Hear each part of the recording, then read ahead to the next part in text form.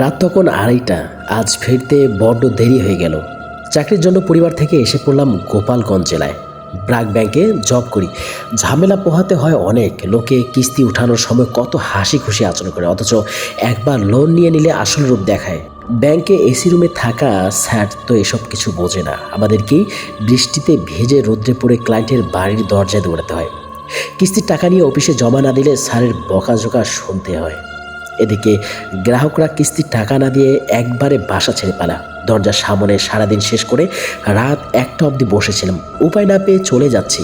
দেখি কাল সকালে এদের কড়াসরে টাকার জন্য বলবো আবার। বাসা ভাড়া নিয়েছি একটি জঙ্গল টাইপ এরিয়ায়। ভাঙা রাস্তায় সাইকেলের ঝুনঝুন শব্দ ছাড়া আশেপাশে কোনো শব্দ শোনা যায় না।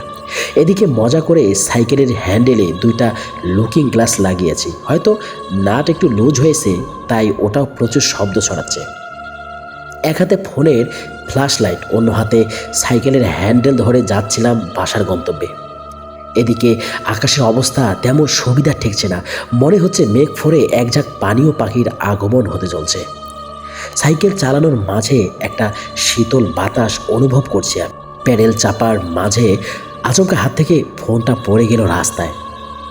অবাক হবার কিছু নেই। এই ভাঙা মাটির রাস্তার যে হারে ভাঙা এবং গর্তে পরিপূর্ণ, ঝাঁকি ফাঁকি খেয়ে সবার আগে আমার পড়ার কথা ছিল। আমি কড়া একটা ব্রেক কষে সাইকেল দাঁড় করালাম। এরপর পিছু হেঁটে এসে ফোন নিতেই যাব, তখন একটি লোক আমাকে ডাক দিয়ে বলে, ভাই, আমাকে একটু সামনে নামিয়ে দিয়ে আসবেন? আমি মুচকি হেসে লোকটাকে জিজ্ঞেস করলাম, রাস্তা তো অনেক ভাঙা, সাইকেলের পেছনে বসতে পারবেন? লোকটা আমার কথার জবাব না দিয়ে সোজা সাইকেলের কাছে গিয়ে দাঁড়ায়। হয়তো ভেবেছে তার কোনো জবাবে যদি আমি অজুহাত দেখিয়ে সাহায্য না করি, তাই আগে ভাগে সাইকেলের সিটের কাছে গিয়ে দাঁড়ালো। আমি ফোন হাতে নিয়ে সাইকেলের কাছে এসেছি। এরপর লোকটাকে সাইকেলের পেছনে নিয়ে চলতে থাকি। সাইকেল চালানোর ফাঁকে আমি লোকটাকে কিছু প্রশ্ন করি। তিনিও সুন্দরভাবে সবগুলোর উত্তর দেন।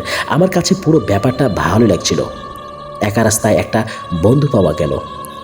কিন্তু হঠাৎ করে নোটিস করলাম ওনার গলার স্বর একবার এক এক রকম শোনা যাচ্ছে। সাইকেলের ঝাঁকুনিতে হয়তো উনি ঠিকমতো কথা বলতে পারছেন না, এটা ভেবেই চললাম। নির্জন রাস্তাটা পার করে একটা বাজারে এসে সাইকেল দাঁড় করাই আমি। এরপর জোরে একটা চিৎকার দিয়ে বলি, কে কোথায় আছেন, আমাকে বাঁচান। কথাটা বলে শেষ না করতেই একটা অদৃশ্য হাত আমাকে এমন একটা চড় দেয়, আমি সেখানে জ্ঞান হারিয়ে ফেলি। একদিন পর হুঁশ ফিরে আসে আমার। গায়ে প্রচুর জ্বর। অফিসের ম্যানেজার জিজ্ঞেস করে, কি ভাই, কি হয়েছিল সেদিন? বাজারে চিৎকার দিয়ে যে জ্ঞান হারালেন, উঠলেন পুরো একদিন পর, কি হয়েছে আপনার?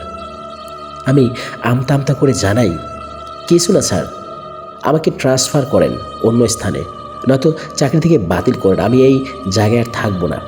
চাকরি হারিয়ে বাড়িতে চলে এলাম, তাতে আমার কোনো কষ্টই নেই। ওই রাতের কথা শুধুমাত্র আমিই জানি।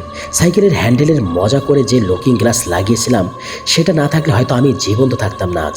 গ্লাসে আমি স্পষ্ট দেখেছি সাইকেলের ঝাঁকুনিতে পিছনের লোকটা চামড়া ঝরে ঝরে পড়ে যাচ্ছিল, যেন ওনার সারা শরীর গলে পড়ে যাচ্ছে। ভাগ্যিস বাজার অবধি এসে চিৎকার দিয়েছি, নইলে বাজার পেরিয়ে যে দিঘি আছে সেখানে আমার সর্বনাশ হতো।